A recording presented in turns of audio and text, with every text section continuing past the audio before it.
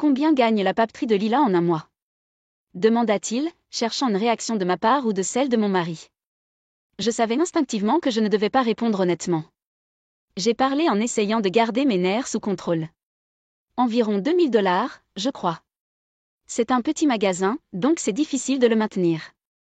J'ai intentionnellement cité un chiffre de vente beaucoup plus bas. Le magasin existe depuis un certain temps, et comme il s'agit d'une petite entreprise locale, il ne semble probablement pas qu'il rapporte grand-chose. J'ai regardé prudemment mon mari, craignant qu'il ne pense que je mens, mais il ne semblait pas du tout suspect. Après un silence, il dit soudain, « Si ça ne rapporte pas grand-chose, ça n'aurait pas d'importance si ça fermait, non ?» Je n'en croyais pas mes oreilles à ces paroles nonchalantes. Je me suis levée brusquement et je l'ai regardé. Ce magasin est quelque chose que papa a toujours chéri. Je ne le fermerai pas tant que le dernier client n'aura pas cessé de venir. Je m'appelle Lila. J'ai rejoint une entreprise de papeterie juste après l'obtention de mon diplôme, mais maintenant je suis partie pour diriger la papeterie de mon père. J'ai rencontré mon mari, Jim, par l'intermédiaire d'un ami à l'université, et nous nous sommes mariés juste après avoir obtenu notre diplôme, avec les encouragements de nos amis. L'une des principales raisons de notre mariage précoce était probablement mes beaux-parents. Ils dirigent une entreprise avec mon beau-père, Ben, comme président, et ma belle-mère, Kate, comme vice-présidente. Jim siège au conseil d'administration depuis l'université et devrait prendre la relève de Ben. Ayant atteint la richesse et le prestige, ce que mes beaux-parents voulaient ensuite, c'était un petit enfant pour être leur héritier. Ils étaient impatients de marier Jim et d'avoir un petit-fils dès que possible. Leur enthousiasme était intense, en partie parce que Jim était leur seul enfant.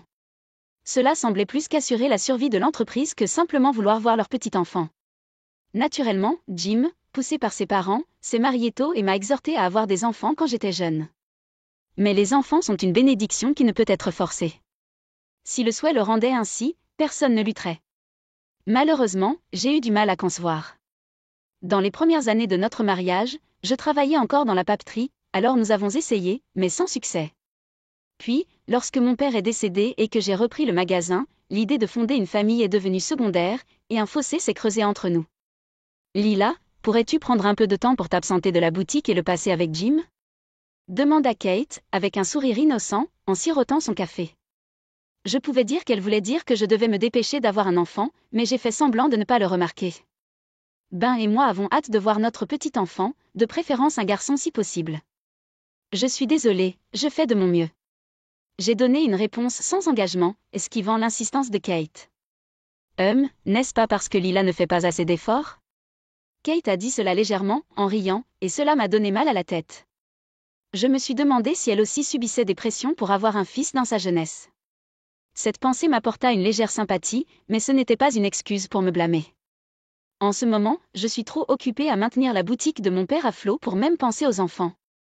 J'ai transmis cela par l'intermédiaire de Jim à mes beaux-parents, mais ils ne semblent pas comprendre.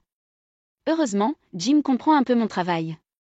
Peut-être pense-t-il que je le quitterai s'il ne le fait pas, mais je suis reconnaissante de pouvoir me concentrer sur mon travail sans qu'il ne harcèle les enfants. Un jour, à la fin du mois, après avoir fermé la boutique, je regardais les comptes sur mon ordinateur à la maison. L'entreprise ne va pas mal, mais je dois revoir les comptes tous les mois pour éviter le gaspillage si je veux que la boutique fonctionne. J'ai remarqué que Jim me regardait de l'autre côté de l'ordinateur. Il ne parlait pas et ne partait pas, et sa présence était distrayante. Finalement, je n'en pouvais plus et je lui ai parlé. Y a-t-il quelque chose dont vous avez besoin? Apparemment pris au dépourvu, Jim recula légèrement. Non, je veux dire, combien gagne la papeterie que vous avez reprise de papa en un mois? Demanda mon mari, observant ma réaction. J'ai regardé le grand livre, retraçant les chiffres et la colonne des ventes. Puis j'ai regardé mon mari, attendant ma réponse. Pourquoi voulez-vous savoir cela? Demandai-je, poussé par un instinct. Jusqu'à présent, mon mari avait reconnu verbalement mon travail, mais n'avait jamais montré de réel intérêt pour les détails. Si jamais je parlais de la papeterie à la maison, il quittait simplement la pièce. J'ai donc fini par arrêter d'en discuter avec lui. Cette demande soudaine sur les ventes doit signifier quelque chose. Il déplaça son regard autour de lui, luttant pour parler. Papa m'a dit de demander. Après avoir dit cela, il se tut, comme s'il avait accompli une tâche. J'ai hésité encore plus à lui dire les chiffres de vente réels. Il me semblait étrange que ce soit Ben, et non mon mari, qui s'intéresse aux ventes de ma boutique. Je savais instinctivement que je ne devais pas répondre honnêtement. J'ai essayé de calmer mes nerfs puis j'ai parlé. Peut-être environ 2 000 $? C'est un petit magasin, donc le gérer est difficile.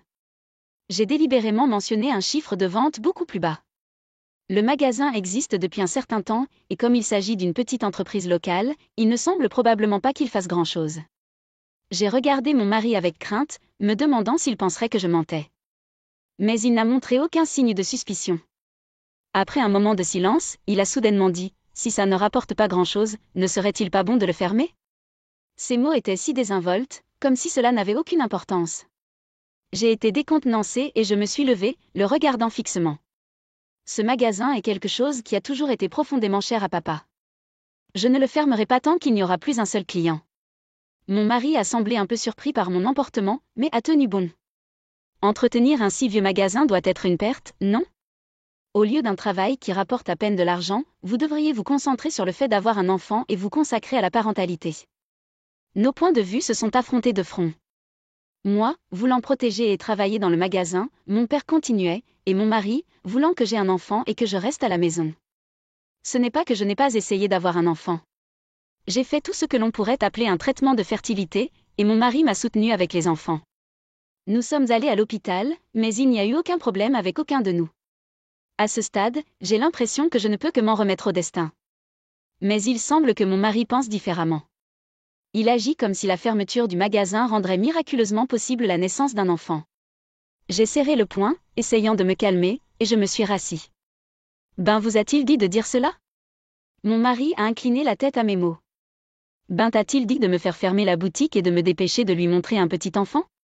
Contrairement à ma colère, le visage de mon mari est resté sans émotion. Il a dit brièvement, niant mon hypothèse. Si Ben n'a pas dit cela signifie-t-il que ce sont les vrais sentiments de mon mari ? Est-ce qu'il me voit juste comme quelqu'un qui porte des enfants, comme ses parents ? Cette pensée m'a donné envie d'éclater en sanglots. Mon mari a brièvement montré sa surprise face aux larmes dans mes yeux, mais s'est rapidement ressaisi. Son visage portait un soupçon de moquerie. Lila, vous avez changé depuis que vous avez repris le magasin. J'ai regardé mon mari, incapable de comprendre ce qu'il essayait de dire. Quand vous étiez dans l'entreprise, vous preniez bien soin de moi. Et tu étais belle et mignonne. Maintenant, c'est comme si vous vous souciez plus de la boutique que de moi. Juste une femme d'âge moyen lancinante. Son regard dédaigneux ressemblait à un coup de poignard. Je suis un adulte. Je peux prendre soin de moi. Criai-je en disant ce que je pensais. Je ne suis ni la mère ni une servante de mon mari. Je ne suis pas non plus ici uniquement pour porter ses enfants. J'ai ma propre vie et mon propre but en tant qu'individu. Le mariage et la parentalité font partie de ma vie, pas le thème principal. Mais mes sentiments ne semblent pas atteindre mon mari. Il fronça les sourcils de mécontentement. Et tout en tendant la main vers la porte du salon, il a dit « Voyez ? C'est ce que je veux dire. Vous étiez plus gentil avant de gérer la boutique. » Sur ce, il a quitté la pièce, me laissant seule. Un sentiment de vide à force de ne pas comprendre mon mari et de colère d'être insulté à propos de mon magasin m'a rempli. Il m'a soutenu verbalement, mais en réalité, il m'a méprisé pour avoir repris le magasin. Je me demandais s'il n'y aurait pas eu de conflit avec mon mari ou ma belle-famille si j'avais eu un enfant juste après le mariage. Mais si j'avais eu un enfant, j'aurais été trop occupée par la parentalité pour décider de reprendre la boutique de mon père. Je me souviens de mon père, hospitalisé à plusieurs reprises, mais toujours debout dans le magasin. Peut-être que j'ai choisi le mauvais chemin. Mais il est trop tard pour revenir en arrière maintenant. Mes sentiments pour mon mari se sont refroidis et je ne peux plus me résoudre à vouloir un enfant. De plus, l'intérêt de Ben pour les revenus de la boutique est troublant. J'ai fermé l'ordinateur portable et j'ai soupiré profondément. 2 semaines s'étaient écoulées depuis ce jour, mais l'atmosphère tendue avec mon mari a continué. Il ne s'est pas excusé et j'ai continué à éviter les conversations. Finalement, j'ai réalisé que sa présence ou son absence ne faisait aucune différence dans ma vie. Le mari que j'aimais tant semblait maintenant être une nuisance qui interférait avec mon travail. Pour lui, tant que je faisais les tâches ménagères comme la cuisine et la lessive, tout le reste n'avait pas d'importance. Aujourd'hui, comme tous les autres jours, j'ai ouvert la boutique. Le nouveau trimestre scolaire était sur le point de commencer. C'est une période occupée avec les clients qui achètent les fournitures scolaires nécessaires. Je nettoyais la boutique avant l'ouverture, quand une voiture de luxe s'est arrêtée. Une voiture noire, déplacée dans notre petite rue commerçante locale, s'est arrêtée, et le chauffeur est sorti et a ouvert la porte arrière. Les 2 personnes qui sont sorties étaient les dernières personnes que je voulais voir. Ça fait un moment, Lila. Vous vous portez bien? Ben parla d'un ton détendu, ajustant le col de son costume. Je tenais fermement le balai, alternant mon regard entre Ben et Kate. Tous deux étaient vêtus de costumes coûteux, probablement faits sur mesure. Je me souviens que Ben se vantait de son costume sur mesure fabriqué à l'étranger lors d'une réunion de famille. Kate dit quelque chose au conducteur, et la voiture de luxe partit tranquillement.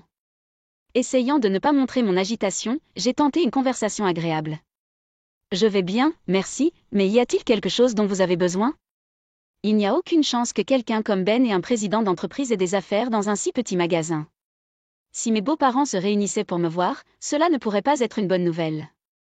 Ben jeta un coup d'œil à Kate, qui sortit dramatiquement un morceau de papier de son sac. Nous sommes ici soudainement parce que notre entreprise a décidé d'acheter une papeterie à Lila. Kate me poussa le papier. Cela ressemblait à un contrat de vente de la papeterie. Sans vraiment y regarder, j'ai repoussé le contrat à Kate. Je n'ai pas l'intention de vendre la boutique. Kate semblait légèrement surprise de ma position ferme. Elle ne s'attendait pas à une résistance. Les histoires sur les maris et les enfants étaient meilleures. Je pensais qu'ils me feraient pression pour divorcer de leur fils si je n'allais pas avoir d'enfants. Mon mari a sûrement dû leur parler de nos récentes disputes. Mais mon hypothèse était loin d'être fausse. Je ne suis peut-être plus attachée à mon mari ou à mon mariage, mais je ne peux pas abandonner la boutique que j'ai héritée de mon père. Kate et moi nous sommes regardés pendant un moment, mais aucun de nous n'était prêt à reculer. Kate a rouvert la bouche comme pour évaluer ma réaction, mais je l'ai balayée d'une seule phrase.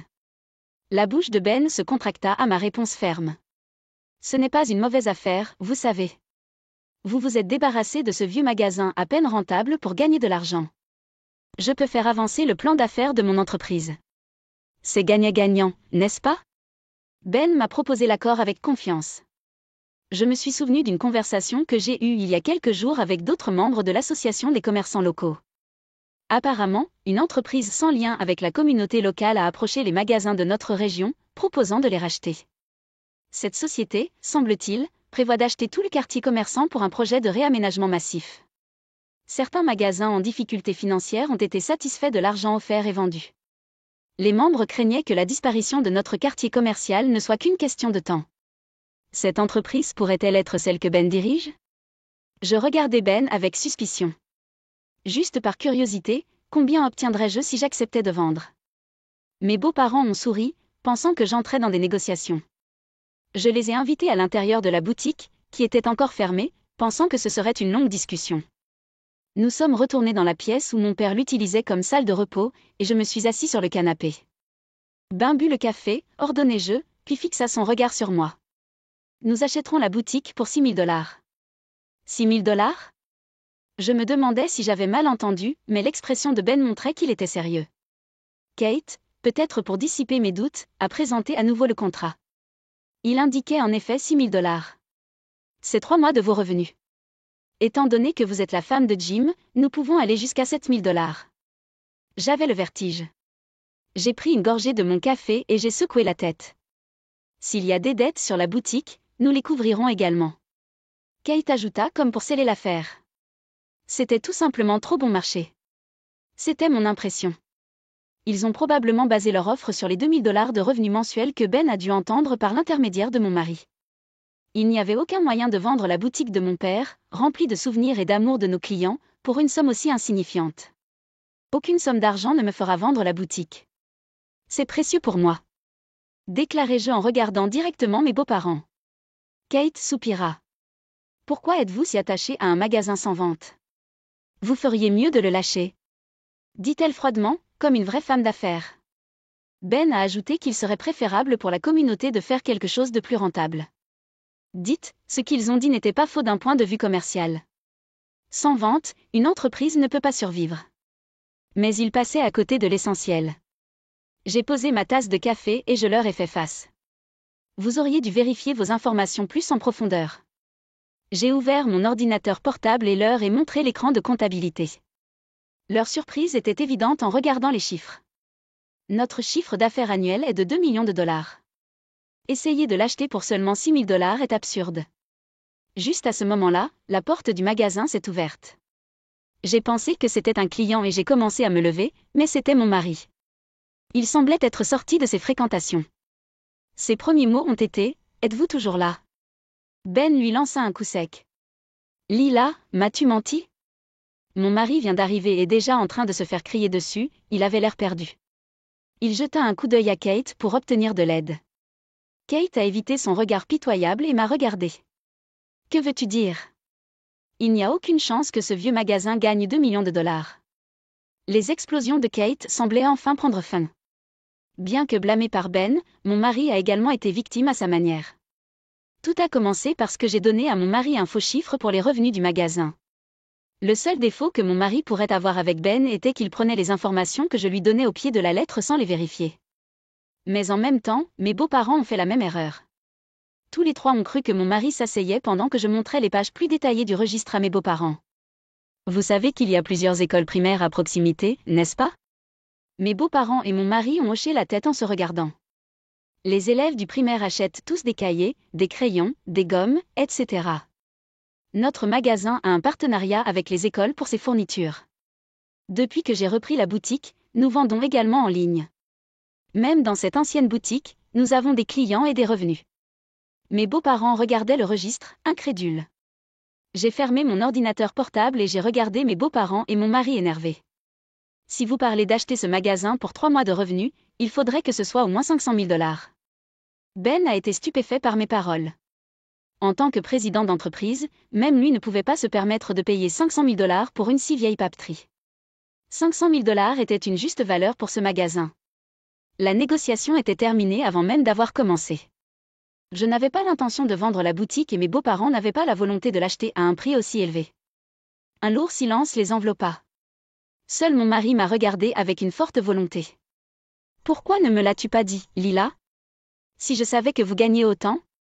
Vous me considériez comme une femme d'âge moyen lancinante, n'est-ce pas ? » J'ai trébuché sur ces paroles.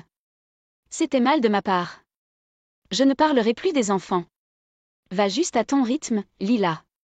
Il regarda autour de moi d'un air suppliant, les yeux rusés, essayant de s'aligner sur le côté le plus fort pour survivre.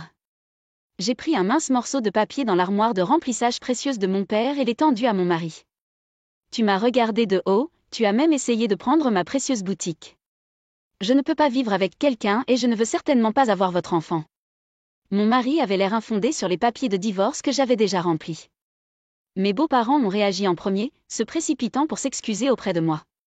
Nous annulerons le projet de réaménagement. Nous ne ferons plus pression sur Lila. Ne divorcez pas, s'il vous plaît. Jim sera le prochain précédent.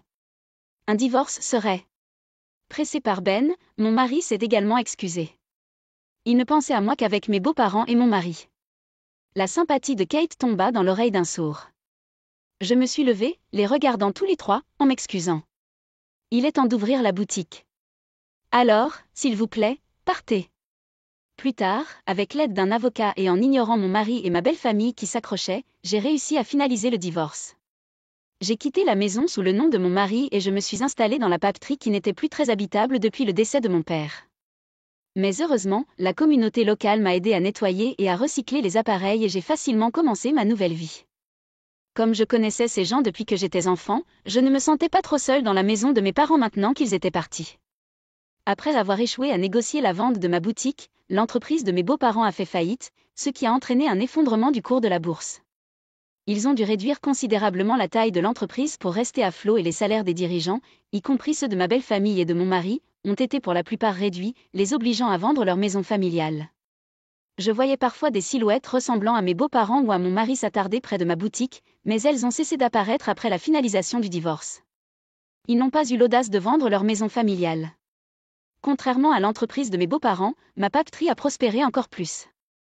Grâce à mon expérience de travail chez un fabricant de papeterie, j'ai augmenté mes bénéfices et acheté le terrain vacant voisin pour agrandir le magasin.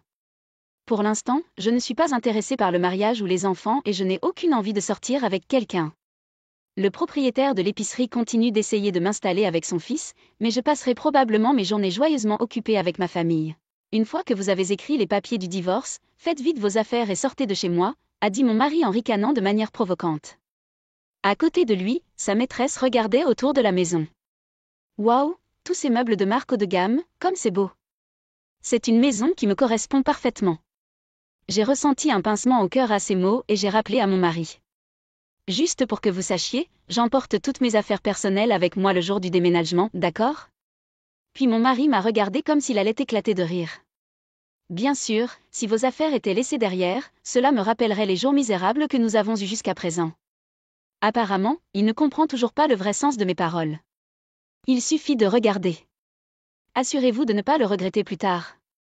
Je m'appelle Karen. Je suis un coordinateur d'intérieur de 26 ans. Mon mari, Joseph, a 31 ans et travaille dans le secteur de la construction. Nous nous sommes rencontrés grâce à notre passe-temps de bricolage et sommes mariés depuis 3 ans. Au début, nous nous soucions l'un de l'autre, mais maintenant je suis reconnaissante que nous n'ayons pas eu d'enfant. La raison en est que Joseph est devenu trop complaisant. Après être rentré à la maison, il enlève négligemment son manteau, mange le repas que j'ai préparé en se plaignant, ne nettoie même pas et se retire dans sa chambre. Avant le mariage, nous avons conclu divers accords.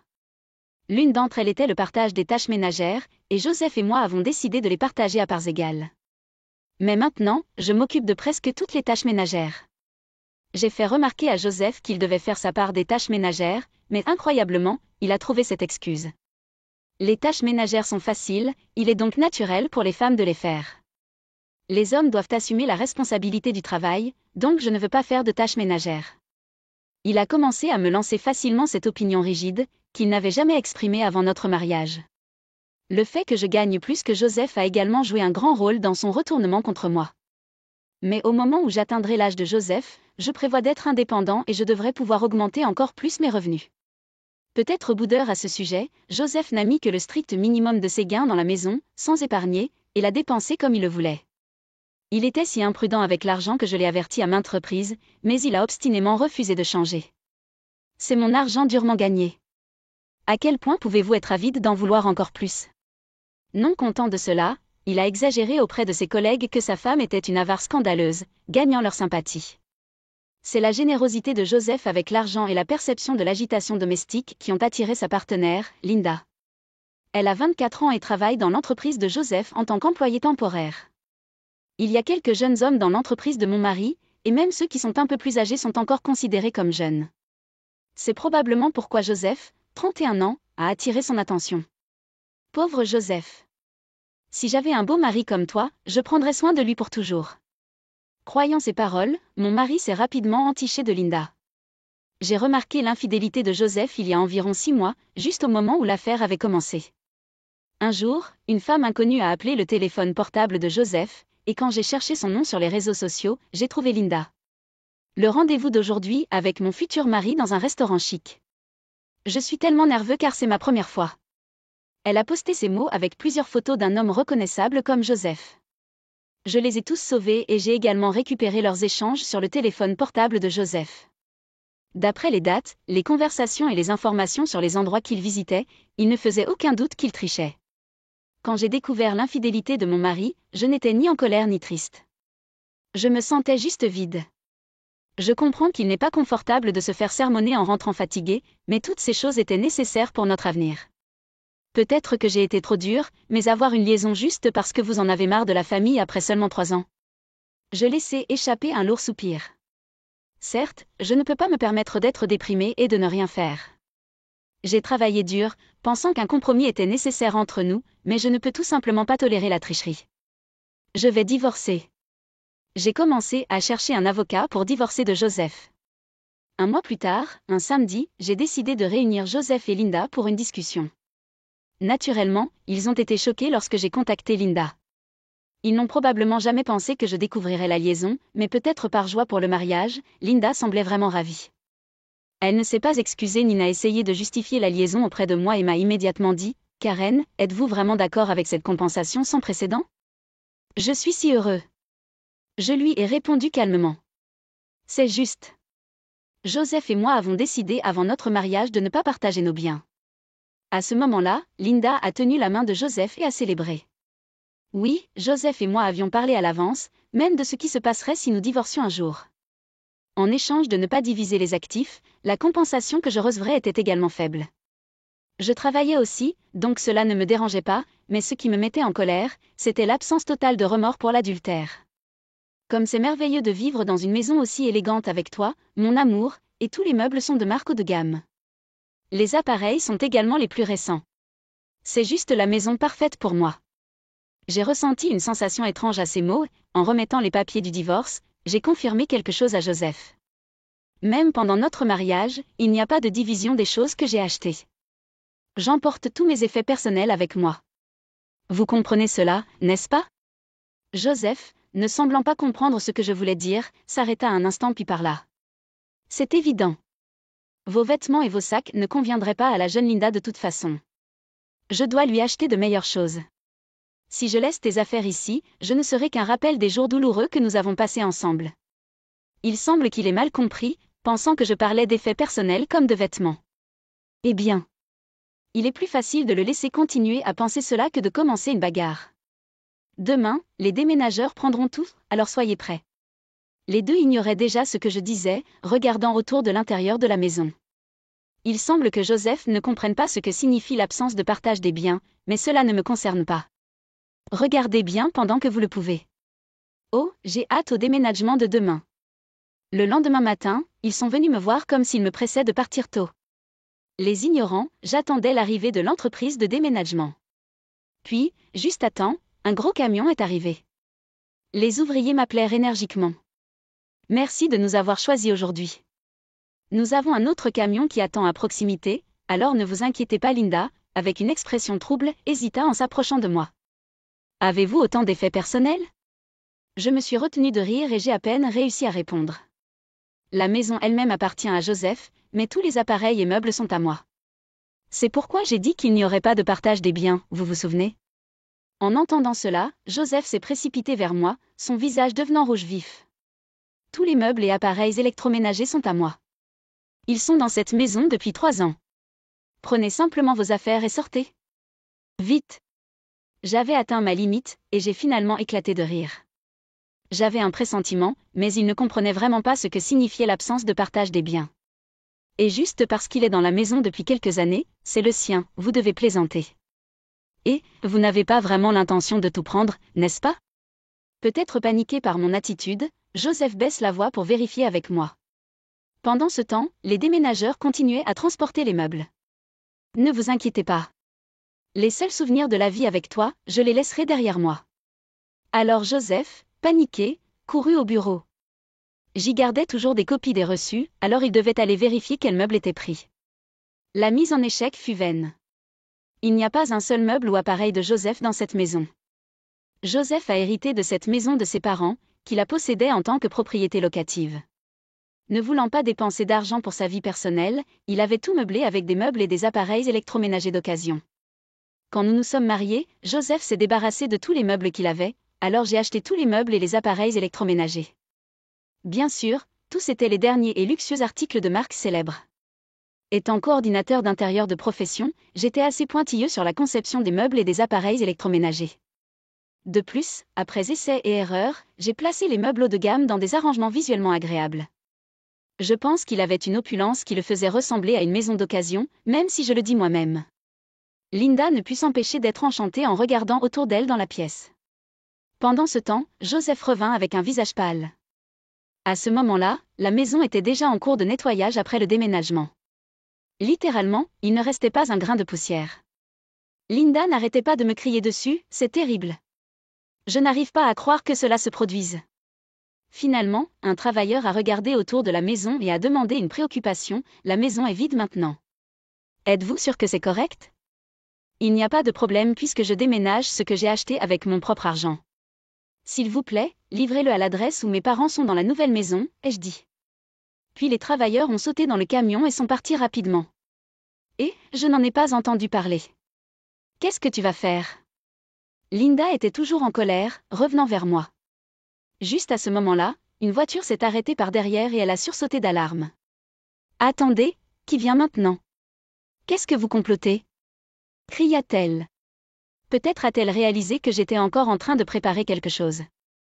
Elle avait l'air complètement déconcertée. Karen, ça fait un moment. Est-ce vrai que vous me donnez le papier peint? Un de mes amis est sorti de la voiture.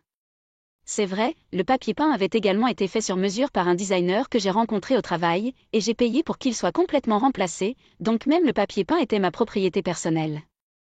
Comme ce type était réutilisable, un peu d'entretien et de redimensionnement permettrait de l'utiliser à nouveau sans aucun problème. Vous allez aussi décoller le papier peint ?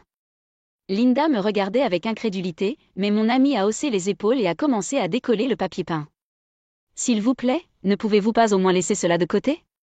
Mon mari m'a supplié, mais je l'ai ignoré. Si vous voyez mes effets personnels, j'ai laissé derrière moi. Vous vous souviendrez de moi. Et c'est désagréable, non ? C'est pourquoi j'ai décidé de tout donner à mon ami. Ayant dit cela lui-même, il ne pouvait pas le corriger, et il était confus et paniqué. Généralement, si vous remplacez tout le papier peint d'une maison, cela coûte au moins 5 000 $. Comme ils doivent également acheter de nouveaux meubles, c'est sans aucun doute une dépense douloureuse pour eux. J'ai fait enlever tous les meubles et appareils électroménagers de bon goût sans laisser un seul morceau, et même le papier peint a été décollé. Maintenant, la maison semble plus vieille que son âge réel. Vivre une belle vie dans une pièce qui avait l'air bien avant l'arrivée des entrepreneurs. Pour eux deux, qui avaient un tel rêve, ce devait être une réalité insupportable. Ils semblaient n'avoir plus l'énergie de se plaindre à moi, et Joseph et Linda étaient abasourdis. Après avoir salué mon amie avec un sourire alors qu'elle ramassait le papier peint, je suis montée dans la voiture. Eh bien, c'est au revoir. Adieu. Je leur ai dit au revoir avec désinvolture et j'ai laissé la maison vide derrière moi. Par la suite, j'ai utilisé les meubles et les appareils électroménagers de ma nouvelle maison, mais j'en ai vite eu marre du fait que Joseph les avait utilisés et j'ai appelé un ami qui était acheteur pour les vendre. Heureusement, ils étaient en très bon état et j'ai pu les vendre à un prix plus élevé que prévu. Quel type de mobilier dois-je acheter ensuite ? Où dois-je les placer ? Alors que je réfléchissais à ces choses, j'ai reçu un appel de Joseph après un long moment. Linda, n'arrête pas de te demander d'arranger les meubles. Venez à la maison une fois. Je ne voulais pas les rencontrer, et cela m'a beaucoup troublée, mais mon intérêt en tant que coordinateur d'intérieur l'a emporté. Quel genre de meubles ces deux-là avaient-ils acheté ? Quel type de design d'intérieur voulaient-ils ? D'accord, je vais juste y aller pour entendre ce que vous avez à dire. Je me suis retrouvée d'accord. Vraiment ? Rappelez-vous, vous l'avez promis. Joseph s'est exclamé avec une joie apparente avant de raccrocher. Le jour promis, je suis arrivée chez eux et j'ai été choquée par ce que j'ai vu. Ils n'avaient même pas retapissé. Et pour ce qui est des meubles et des appareils électroménagers, c'était évidemment des objets d'occasion, récupérés dans des magasins de produits d'occasion. Cela ressemblait exactement à un appartement bon marché où un étudiant pourrait vivre. Un mois entier s'était écoulé depuis que nous nous étions séparés, et c'en était trop. Attendez, qu'est-ce que c'est ? C'est plus qu'un problème de design d'intérieur. J'étais à court de mots. Linda a pris cela comme une insulte et a explosé de colère. Nous avons rassemblé ce truc juste pour vivre pour le moment. Nous le remplacerons bientôt. Puisque vous avez tout pris, utilisez vos relations ou quoi que ce soit et faites de cette maison une maison dont nous pouvons nous vanter auprès de nos amis. Elle semblait très malheureuse d'une vie entourée de meubles et d'appareils électroménagers d'occasion. Elle était irritée tout au long de notre conversation. Même en demandant le budget, ce n'était pas suffisant pour mes honoraires. Qu'est-ce que c'est ? Vous êtes un coordinateur talentueux, mais vous ne pouvez pas le faire ? Vous êtes inutile. Face à l'indignation de Linda, j'ai été abasourdie et j'ai expliqué. Un coordinateur, aussi compétent soit-il, ne peut pas faire grand-chose avec un budget aussi limité. C'est ridicule et bien au-delà des connexions. Elle semblait sérieuse à l'idée de me faire organiser des meubles et des appareils électroménagers de marque haut de gamme avec un budget aussi serré. Linda, maintenant complètement frustrée, commença finalement à exploser de colère. Quoi ? Ridicule. Es-tu venu ici juste pour me regarder de haut ? Si vous ne l'aimez pas, je m'en vais. Mais si vous voulez meubler votre maison avec ce budget, vous devriez au moins peaufiner votre sens intérieur. Vous vous moquez vraiment de moi. Mais ce n'est pas parce que vous avez un travail un peu à la mode que vous êtes trop confiant. Arrête. Joseph essaie de calmer Linda avec un regard fatigué sur son visage. Joseph, dis-lui quelque chose. Arrêtez-le tous les deux. Linda, s'il te plaît, tais-toi. Je suis désolée pour le bruit. Après tout, je devais épouser Linda. Mais comme vous pouvez le voir, elle est tout le temps en colère. Et c'est difficile tous les jours. Apparemment, après mon départ, ils se sont disputés dans la maison maintenant vide. Mais comme Linda avait déjà quitté son emploi pour se marier et avait signalé le mariage à ses parents, elle n'avait nulle part où aller. Joseph a avoué qu'il avait épousé Linda uniquement par compromis afin qu'elle s'occupe des tâches ménagères. Mais un tel mariage était voué à l'échec, et il avait donc abandonné si tôt. S'il vous plaît, Karen, aidez-moi à réparer notre relation à nouveau, supplia Joseph. J'ai répondu, clairement agacé. Qu'est-ce que c'est, Vous prévoyez de me tromper la prochaine fois? Non, le truc avec Linda n'était que temporaire. Confusion. Après ton départ, j'ai réalisé qu'il n'y avait personne de plus merveilleux que toi, Karen.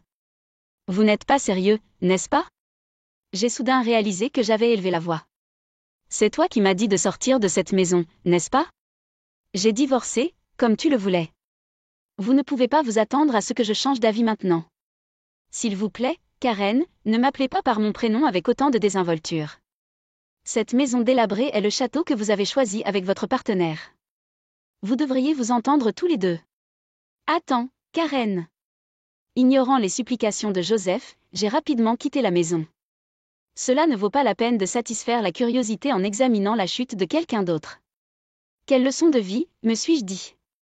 Plus tard, j'ai entendu dire que Joseph et Linda avaient supplié leurs parents de les aider à payer le coût de l'achat de meubles et d'appareils électroménagers, mais qu'ils avaient apparemment été reniés par les deux groupes de parents. Personne ne les aiderait à acheter des meubles et des appareils électroménagers, et encore moins leur pardonnerait de se marier après une liaison. Ils ont donc continué à contreséur à vivre dans cette maison d'occasion. Je ne peux même plus avoir de sympathie pour eux. C'est le résultat de leurs actions. Quant à moi, j'ai récemment rencontré un architecte d'intérieur masculin par le biais de mon travail. Ces derniers temps, le week-end, nous sortons ensemble assez souvent. J'ai été prudente pendant un certain temps avant de sortir avec des hommes, mais il est peut-être temps de penser à commencer une nouvelle vie. Avec ces pensées à l'esprit, je pars pour un autre rendez-vous. Vous souhaitez un voyage dans les Caraïbes dans le cadre d'un tirage au sort? Si c'est le cas, maman et moi y allons. Vous restez derrière, compris? Sinon, nous divorçons. Andrew a utilisé la menace du divorce pour me voler le voyage dans les Caraïbes. Sa mère m'a regardé avec un sourire narquois, jubilant. Je ne peux pas laisser cela glisser. Je vais prendre ma revanche spéciale sur ce duo mère-fils. Je m'appelle Lilian, j'ai 32 ans. Je suis juste votre mère qui travaille régulièrement dans une entreprise. Andrew et moi sommes mariés depuis 2 ans. Je l'ai rencontré de 2 ans mon aîné par l'intermédiaire d'une connaissance commune. Je n'ai jamais vraiment été dans la romance, je ne suis pas sortie du tout à l'université. J'ai eu quelques relations après avoir commencé à travailler, mais aucune n'a conduit au mariage. La prochaine chose que j'ai su, c'est que j'avais 30 ans. Mes parents s'inquiétaient pour moi, demandaient autour de moi des correspondances potentielles. Andrew était calme, se souciant profondément de ses parents. Comme mes parents sont également chers à mes parents, j'ai été attirée par son état d'esprit similaire.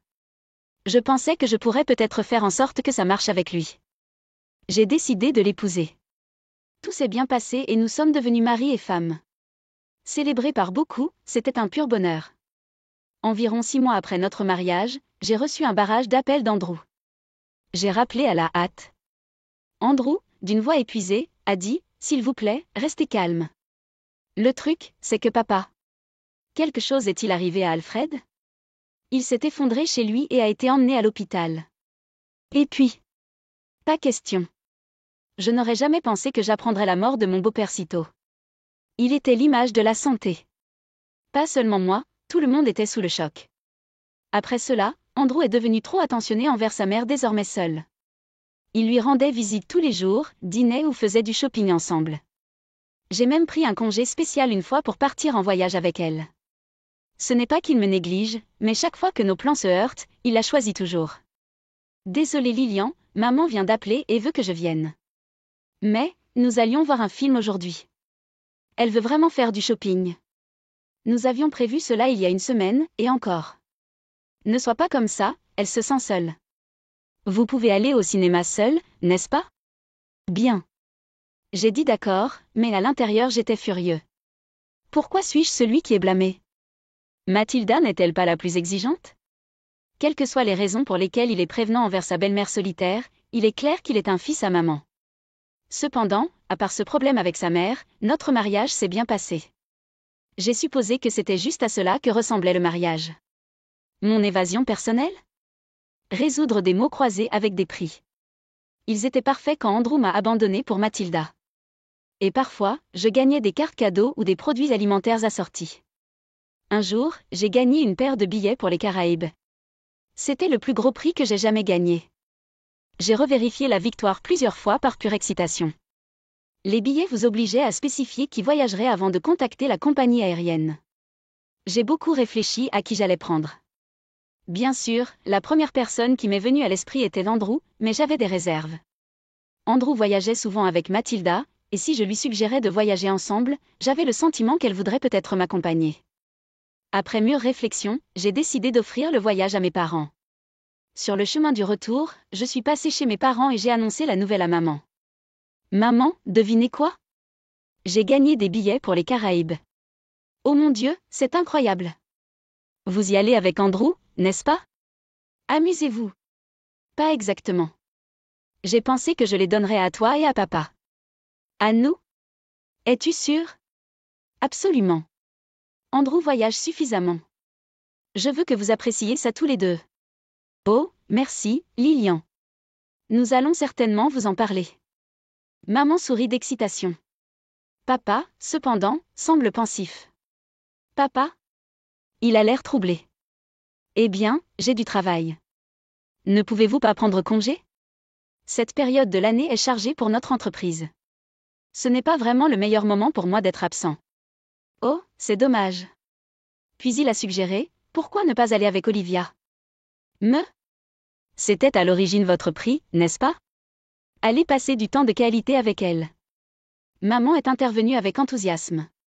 Cela semble merveilleux. Je me sentais exaltée et de plus en plus excitée.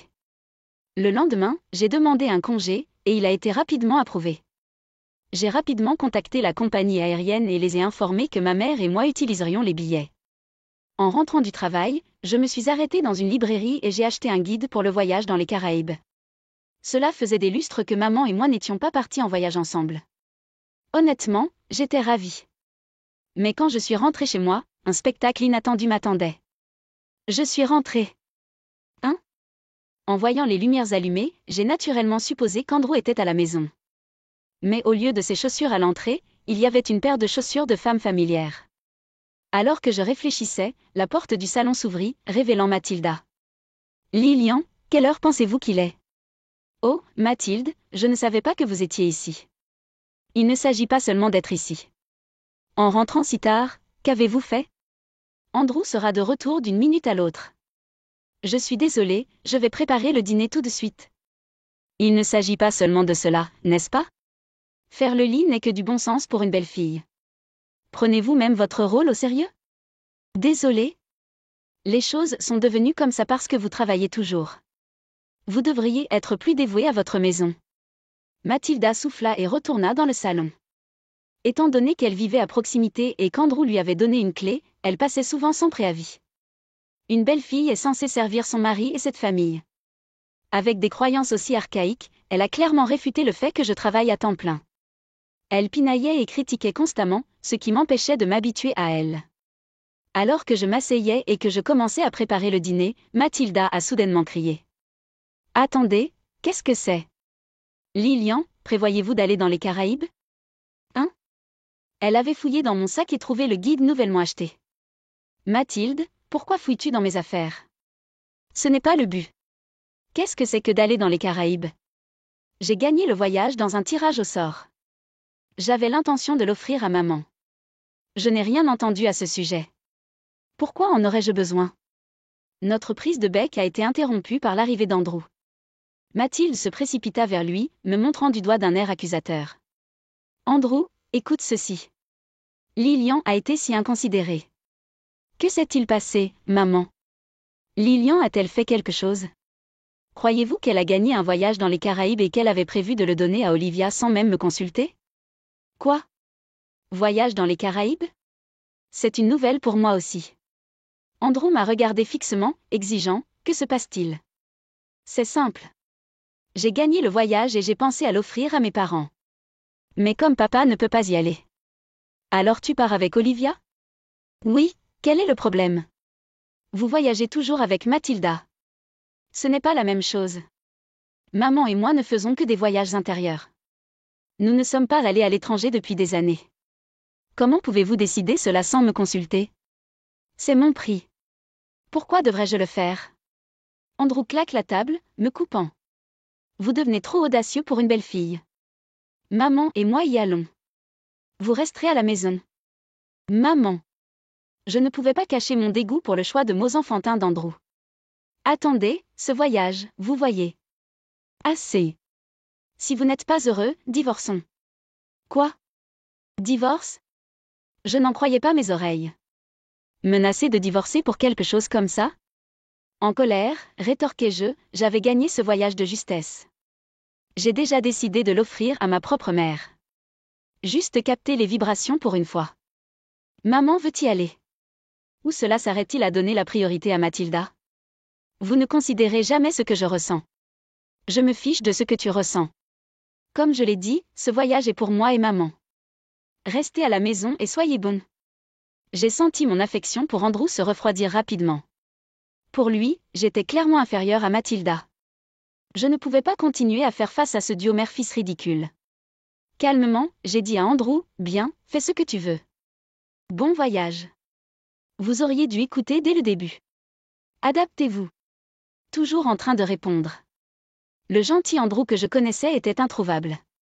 Et il y avait Mathilde, souriant triomphalement. J'ai décidé de quitter cette maison pendant qu'ils étaient en voyage. J'ai décidé de laisser Andrew et Mathilda faire le voyage cette fois. Le lendemain, j'ai contacté la compagnie aérienne pour les informer du changement de participants à Andrew et à ma belle-mère. Cependant, l'opérateur a répondu d'un ton inquiet, « Je suis désolé, mais nous ne pouvons pas changer les participants inscrits une fois qu'ils ont été confirmés. » Hein? Vraiment? Oui. De plus, ce billet d'avion nécessite l'accompagnement du véritable gagnant. Donc, s'il s'agit de votre mari et de votre belle-mère, le billet lui-même deviendra invalide. Donc, si je n'y vais pas, le billet n'a aucune utilité, n'est-ce pas? C'est exact. Veuillez consulter les documents que nous vous avons envoyés pour cette condition spécifique. En vérifiant les documents que j'ai reçus, il était clairement indiqué que seul le gagnant avait le droit d'utiliser le billet et qu'il ne pouvait pas être transféré. J'ai expliqué la situation à l'opérateur et j'ai décidé de refuser le voyage. Sans en informer Andrew et Mathilda, j'ai prévu de les laisser voyager à leurs propres frais. Ce soir-là, quand je suis rentrée du travail, j'en ai parlé à Andrew. Andrew, à propos du voyage dans les Caraïbes. Oui, vous avez contacté la compagnie aérienne, n'est-ce pas? Dire que maman et moi irons. J'ai appelé. Voici les documents gagnants et les billets. Je n'ai besoin que des billets. Je ne lirai pas les documents. Il y a des instructions détaillées dans ces documents. Étant donné qu'il s'agit d'un voyage international, je pense qu'il serait sage de les lire. Je n'en ai pas besoin. Maman et moi savons ce que nous faisons. Nous sommes efficaces, pas comme vous. Bien, peu importe. Je vais les laisser ici au cas où. Comme je m'y attendais, Andrew n'a pas pris la peine de lire les documents et s'est rendu au jour du voyage. Après avoir confirmé qu'Andrew était parti, j'ai fait mes valises et je me suis dirigée vers la maison de mes parents. Pendant que je déballais, comme prévu, j'ai reçu un appel d'Andrew. Dès que j'ai décroché, il a commencé à crier. Et, quelle est la signification de cela? Ils ont dit que ce billet ne pouvait pas être utilisé. C'est vrai, si le gagnant n'y va pas, le billet est invalide. Quoi? Pourquoi ne m'as-tu pas dit quelque chose d'aussi crucial plus tôt? Je vous l'ai dit. N'oubliez pas que ce serait peut-être une bonne idée de lire les instructions. Vous voulez dire que c'était écrit dans les documents que vous m'avez donnés? Exactement. C'est de votre faute si vous ne lisez pas. C'est absurde. Alors, comment sommes-nous censés nous rendre dans les Caraïbes? Eh bien, l'opérateur a mentionné que si le gagnant n'accompagne pas, vous devrez payer le prix fort. Le plein prix? Ne s'attendant clairement pas à cette tournure des événements, Andrew semblait paniqué. Je pouvais entendre la voix de Mathilde en arrière-plan, indiquant qu'ils étaient tous les deux en détresse. Andrew, qu'a dit Lilian? Maman, si Lilian n'y va pas, tu dois payer le voyage. Quoi? Laissez-moi lui parler. Je ne peux plus faire face à ça. Ils peuvent le comprendre par eux-mêmes. Après avoir raccroché silencieusement, il ne fallut que quelques minutes avant qu'Andrew ne rappelle. Bonjour? Qu'est-ce que c'est maintenant? Je suis occupée. Ce n'est pas ce que c'est. J'ai essayé d'acheter les billets, mais la carte de crédit ne fonctionne pas, hein? Je ne sais rien de votre carte. Ce n'est pas le mien.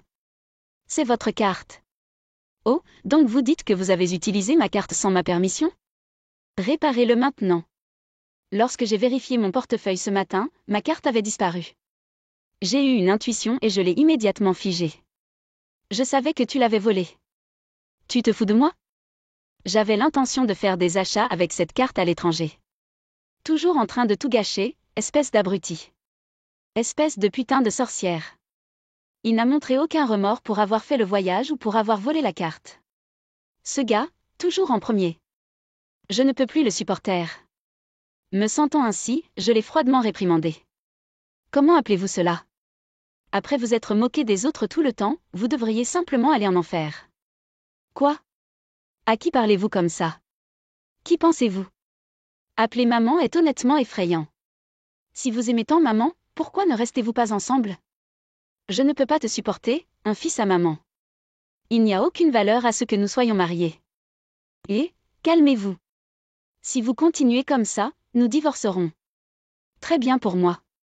Je pensais la même chose. J'ai quitté la maison et je n'ai pas l'intention de revenir. Profitez de votre séjour à l'étranger avec votre maman bien-aimée.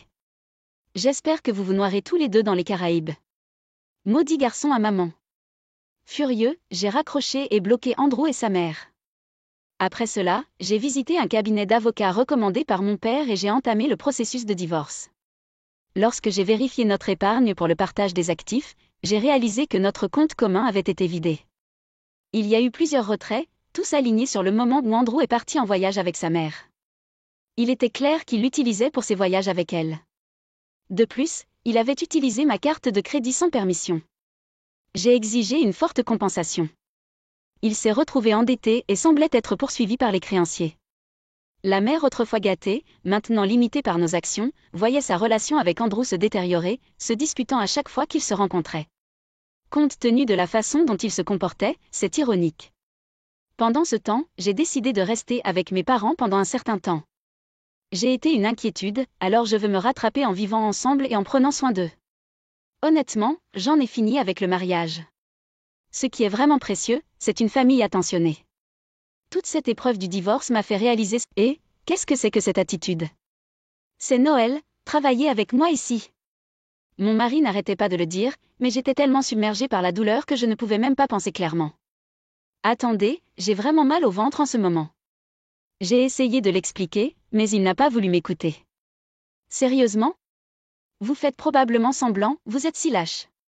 S'il vous plaît, ça fait vraiment mal. Si je me retrouve à l'hôpital, je ne pourrai pas m'occuper de notre fille. Rentrez à la maison maintenant. Vous devez arrêter cela. Je t'ai dit de ne pas m'embarrasser devant les proches. Ne ternissez pas ma réputation, supportez simplement les maux d'estomac. Il cria. Puis, il a raccroché le téléphone. Épuisé par la conversation, je me suis assis, ressentant une sensation d'humidité en dessous. Oh, non, j'ai perdu les os. J'ai essayé de bouger rapidement, mais la douleur s'est intensifiée et je ne pouvais pas bouger. J'avais besoin de nettoyer. Mais d'abord, qu'en est-il de notre fille? Alors que j'essayais de supporter la douleur, ma fille, inquiète, est entrée dans la pièce. Maman, que s'est-il passé? Je m'appelle Émilie, une employée de bureau de 35 ans.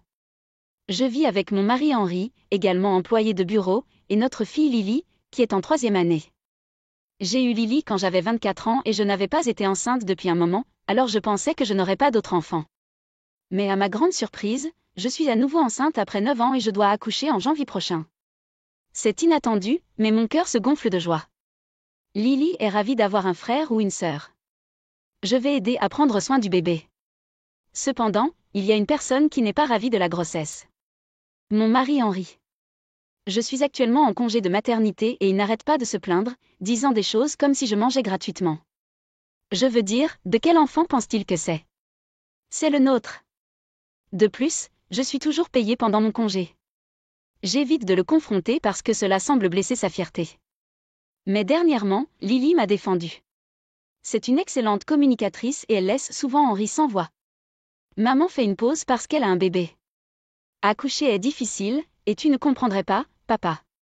Elle a fait le ménage même pendant sa grossesse. Pourquoi es-tu si méchant avec elle? Henri, troublé et embarrassé, se retire souvent dans sa chambre avec un visage rouge. Grâce à Lily, j'ai été épargnée par les remarques sarcastiques d'Henri. Elle a lu des livres sur la grossesse et l'accouchement avec moi, et je suis fière de son intelligence. Pourtant, je me sens coupable de l'avoir laissé assister à nos arguments. Elle préférerait que nous nous entendions, après tout. J'ai été diligent avec les tâches ménagères, en partie par culpabilité envers Henri, qui travaille toujours. Mais ensuite, quelque chose s'est passé. Henri aime la maison de son enfance et y retourne souvent pour les vacances et d'autres occasions. S'il y allait seul, cela ne me dérangerait pas, mais il insiste toujours pour que je vienne avec lui, en disant que c'est le devoir d'une femme. Ne m'embarrassez pas devant les proches. Dire des choses comme ça ignore mes sentiments et m'emporte. C'est à 6 heures de route de la maison de ses parents. Donc, nous passons toujours la nuit. Mes beaux-parents étaient prévenants, suggérant qu'il devait être difficile de venir à chaque fois. Rassemblons-nous pour Noël. Cependant, Henri insistait, tu ne te soucies pas de la maison dans laquelle j'ai grandi. Ce n'est pas parce que nous apprécions la maison de vos parents que nous devons y retourner à chaque fois. C'est peut-être un peu trop à visiter si souvent, vous ne trouvez pas?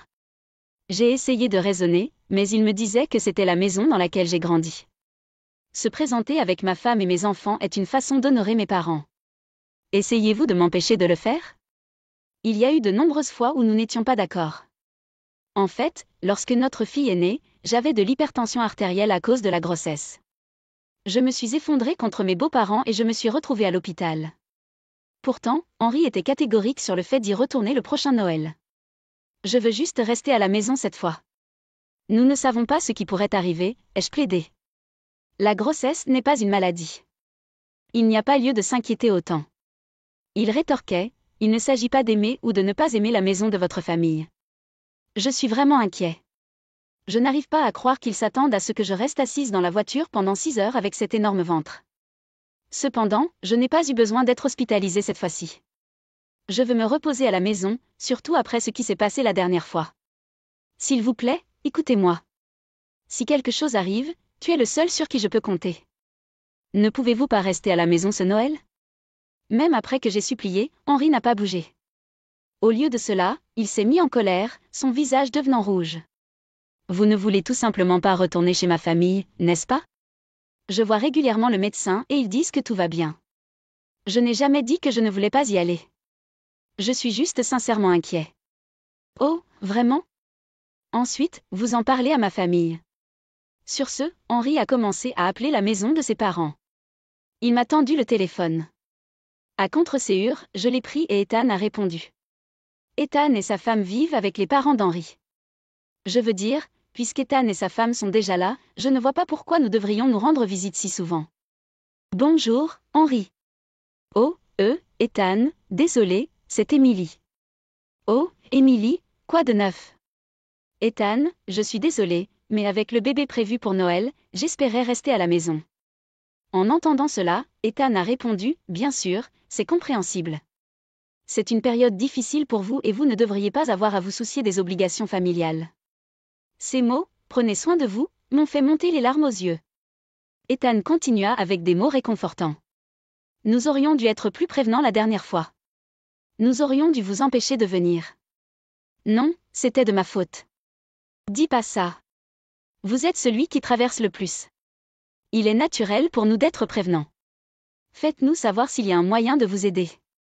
Nous sommes ravis de ce nouvel ajout à la famille. Quelle personne gentille. Je n'ai pas pu m'empêcher de parler d'Henri. Il insiste pour que nous allions chez ses parents à Noël prochain. Même lorsque j'exprime mes inquiétudes quant à l'arrivée prochaine du bébé, il les balaie. Il m'a même accusé de ne pas vouloir rembourser la gentillesse de ses parents. Alors que je l'expliquais, ma voix tremblait. Ethan a demandé, pouvez-vous le mettre sur le haut-parleur et appeler Henri? Qu'est-ce qu'il y a, Ethan? Henri, essayez-vous sérieusement de ramener Émilie à la maison pour Noël? Oui, mais elle est têtue et ne veut pas. Comprenez-vous seulement pourquoi elle hésite? Quoi? Elle ne veut probablement pas être avec ma famille. Elle est égoïste. La colère d'Ethan était palpable. Avez-vous oublié ce qui s'est passé la dernière fois? Et si cela se reproduisait? Nous étions vraiment inquiets quand Émilie a été hospitalisée. Et maintenant, vous ne faites que l'ignorer? Êtes-vous médecin? La maladie qui lui a été diagnostiquée la dernière fois aurait pu mettre sa vie et celle du bébé en danger. Comment assumeriez-vous la responsabilité si quelque chose arrivait? Et la faire voyager pendant 6 heures? Et si elle s'évanouit sur l'autoroute? Combien de temps faudrait-il pour qu'une ambulance arrive? Avez-vous même pensé à la sécurité d'Émilie et du bébé? Donner la priorité à Noël chez nous plutôt qu'à la naissance de votre enfant est quelque chose que même un enfant comprendrait. Il fallut les mots sévères d'Ethan pour qu'Henri se calme enfin. En regardant Henri, son visage était devenu pâle. C'est incroyable qu'il ait eu besoin d'un réveil aussi fort. Alors Ethan m'a dit, je suis vraiment désolé pour les ennuis qu'Henri t'a causés. Veuillez accepter mes excuses en son nom. Passez Noël à la maison et détendez-vous. Je le ferai savoir à maman et aux proches. Après l'appel, Henri, l'air gêné, marmonna, Ethan s'inquiète trop. À partir de maintenant, je consulterai Ethan chaque fois qu'Henri me causera des ennuis. Malgré le drame précédent, grâce à l'intervention d'Ethan, j'ai passé les premiers jours de décembre en paix. Mais à l'approche de Noël, Henri a commencé à se plaindre de ne pas aller chez ses parents. Puis vint la veille de Noël. Après avoir terminé le nettoyage et les préparatifs de Noël, ma fille et moi nous sommes détendus. Soudain, Henri a dit « Je dois acheter quelque chose » et est parti dans la voiture dans l'après-midi. La nuit vint et il n'était toujours pas revenu. Il n'a pas répondu à mes appels. Ma fille et moi avons donc eu notre dîner de Noël, chanté des chants de Noël et essayé de profiter de la soirée. Où Henri pouvait-il être? Avec cette pensée en tête, nous avons eu notre gâteau de Noël et avons passé un réveillon de Noël paisible. Le lendemain matin, le jour de Noël, Henri n'était toujours pas revenu. J'aurais aimé qu'il me contacte au moins. Son absence prolongée était préoccupante. Bien que nous ne vivions pas dans une région où les chutes de neige sont abondantes, des accidents peuvent survenir. Ressentant un mélange d'irritation et d'inquiétude, ma fille et moi avons commencé notre repas. Puis, j'ai reçu un appel d'Henri. Il y avait beaucoup de bruit en arrière-plan. Et, tu devrais venir aussi. Venir où? Dans la maison de mon enfance, bien sûr. Quoi? Tous les parents sont là, en train de boire un verre. Dépêchez-vous. Il s'avère qu'Henri était allé chez ses parents la veille de Noël. Vous avez dit que vous alliez faire du shopping. Était-ce un mensonge? Je ne sais pas, mais je pourrais aussi manger ta portion. Henri était clairement ivre. Après toutes mes pièces, il n'avait pas du tout compris. Ma fille avait l'air inquiète. Pour éviter une bagarre, j'ai continué l'appel dans une autre pièce. Demandez simplement à Ethan ou à un parent de vous reconduire à la maison. En disant cela, une douleur soudaine m'a frappée. Mais même dans cette situation, le ton d'Henri devint plus irrité. Et, qu'est-ce que c'est que cette attitude? J'ai supporté vos caprices. Coopérer pour une fois, c'est Noël. Je lui ai seulement demandé d'être patient pour Noël et il n'a pas du tout été coopératif. C'est embarrassant si tout le monde est là et que nous sommes les seuls à manquer. Henri a continué, mais j'ai été distrait par la douleur croissante. Attendez, j'ai très mal en ce moment. C'est de pire en pire. J'ai essayé de transmettre ma situation, mais Henri n'a pas écouté. Vraiment? Vous faites probablement semblant. Tu es si trompeur. Ça fait vraiment mal. Si je suis hospitalisée, nous prendrons soin de notre fille. Rentrez à la maison maintenant. Toi, arrête. Je t'ai dit de ne pas m'embarrasser devant les proches. Ne ternissez pas ma réputation. Supportez simplement la douleur. Cria Henri. L'appel prit fin brusquement. Épuisé par l'échange avec Henri, je me suis effondrée, seulement pour ressentir une sensation d'humidité en dessous. Oh non, j'ai perdu les os. J'ai essayé de bouger, mais la douleur s'intensifiait. J'avais besoin de nettoyer. Mais plus important encore, qu'en est-il de ma fille? Alors que j'essayais de supporter la douleur, ma fille, l'air inquiète, est entrée dans la pièce. Maman, où est papa? Désolée, Lily, pouvez-vous venir ici un instant? Qu'est-ce qui ne va pas, maman? Lily, peux-tu appeler une ambulance avec ce téléphone? Paralysée par la douleur, tout ce que je pouvais faire était de demander. Lily, voyant mon état, était clairement ébranlée et incertaine. J'ai réalisé que je ne lui avais pas appris à appeler à l'aide. Avant que je puisse expliquer, elle s'est exclamée « Je vais chercher le voisin » et s'est précipitée dehors. En un instant, notre voisin est arrivé. Lily, réalisant qu'elle ne pouvait pas gérer la situation, avait sagement demandé l'aide d'un adulte. « Émilie, ça va? Je vais appeler une ambulance tout de suite. » Mon voisin l'a dit et a appelé une ambulance. Je n'avais jamais été aussi reconnaissant d'avoir de bonnes relations avec nos voisins. Lily m'a tenu la main et m'a réconfortée. En attendant l'ambulance, le voisin a contacté mes parents. Finalement, l'ambulance est arrivée et j'ai accouché plus tard dans la journée. Le lendemain, mes parents sont arrivés à l'hôpital. Bien qu'un peu prématuré, c'était un petit garçon en bonne santé. J'ai essayé de contacter Henry, mais il était injoignable et introuvable. Il n'est apparu qu'après le nouvel an apporté par Ethan. Ethan est entré avec Henry. Ethan, bien que non impliqué, s'est excusé auprès de moi. Je suis désolée d'avoir amené Henry en retard. Il a éteint son téléphone depuis Noël. Je n'avais pas réalisé ce qui t'était arrivé. Alors qu'Ethan s'excusait, celui qui aurait dû être désolé, Henry, boudait. Apparemment, mon père avait essayé de joindre le téléphone d'Henry, mais a fini par appeler notre téléphone à la maison. Ethan, j'apprécie que tu sois venu, mais je ne supporte pas de voir Henry en ce moment. J'envisage même le divorce. En entendant cela, Henry, qui avait boudé, leva les yeux, choqué. Quoi? Tu es si audacieux. Qui êtes-vous pour parler de divorce? Ethan était décontenancé. Et, Henry, qu'est-ce que tu dis? Émilie exagère simplement. Elle veut juste de l'attention. Juste à ce moment-là, la porte s'ouvrit. Qu'est-ce que vous venez de dire? C'était mon père. Beau-père. Henry était visiblement secoué. Mon père venait de rentrer d'un déjeuner avec ma fille. Henry, parles-tu toujours à ma fille comme ça? Non, je veux dire, répondez-moi. Henry grince des dents devant la voix en colère de papa. Ma fille souffrait tellement, et vous l'avez accusée de faire semblant? Après l'avoir vue maintenant, pouvez-vous encore en dire assez? Elle se rétablira chez moi pendant un certain temps, et vous ne la verrez pas, ni elle ni le bébé.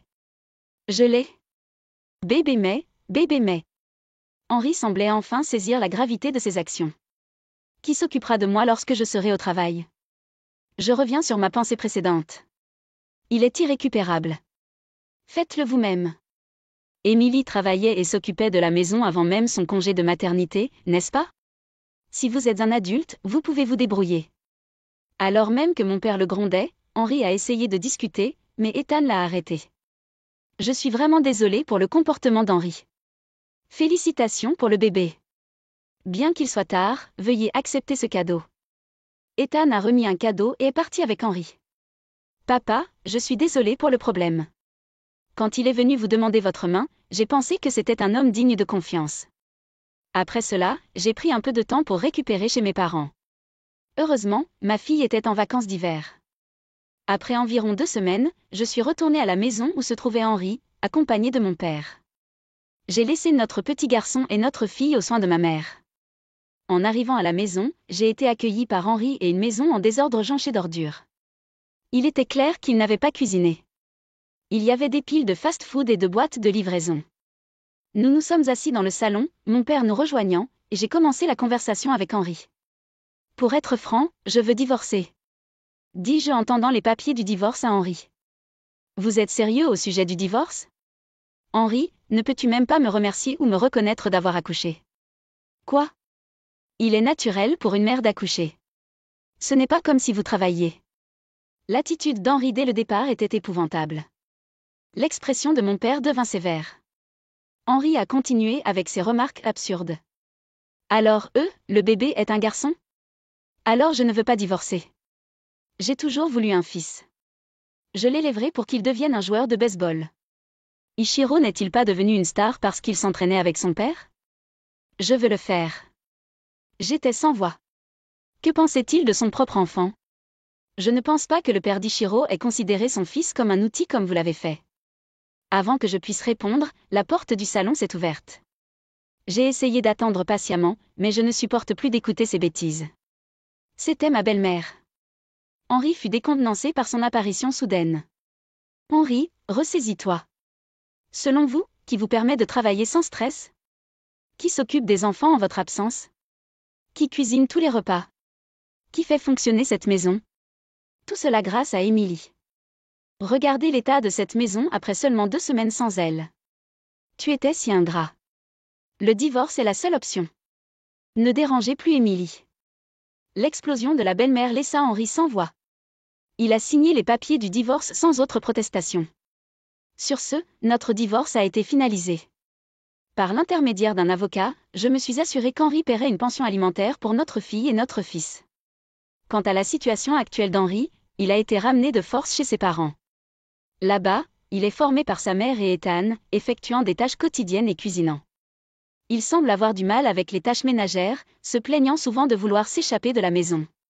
C'est ironique de voir comment l'homme qui aimait autrefois être chez ses parents la méprise maintenant. Par contre, j'ai terminé avec succès mon congé de maternité et mon congé parental et je suis retournée au travail. Grâce à la générosité de ma belle famille, j'ai reçu la maison dans laquelle Henri et moi vivions dans le cadre de la division des biens. Je suis vraiment reconnaissant de leur gentillesse car ils ne voulaient pas que ma fille change d'école et se sente seule. Ma fille semble être déçue par Henri à cause de ce qui s'est passé. Elle refuse de le voir même si nous venons de divorcer. Je n'ai pas l'intention de laisser mon fils le voir non plus. Je pense que je vais laisser les parents d'Henri le remettre dans le droit chemin. Peut-être qu'un jour, s'il change ses habitudes et que les enfants veulent le voir, je le permettrai peut-être. Mais ce jour pourrait ne jamais venir. Quoi qu'il en soit, je suis déterminée à bien élever nos enfants. Je travaillerai dur aujourd'hui et tous les jours pour le bien de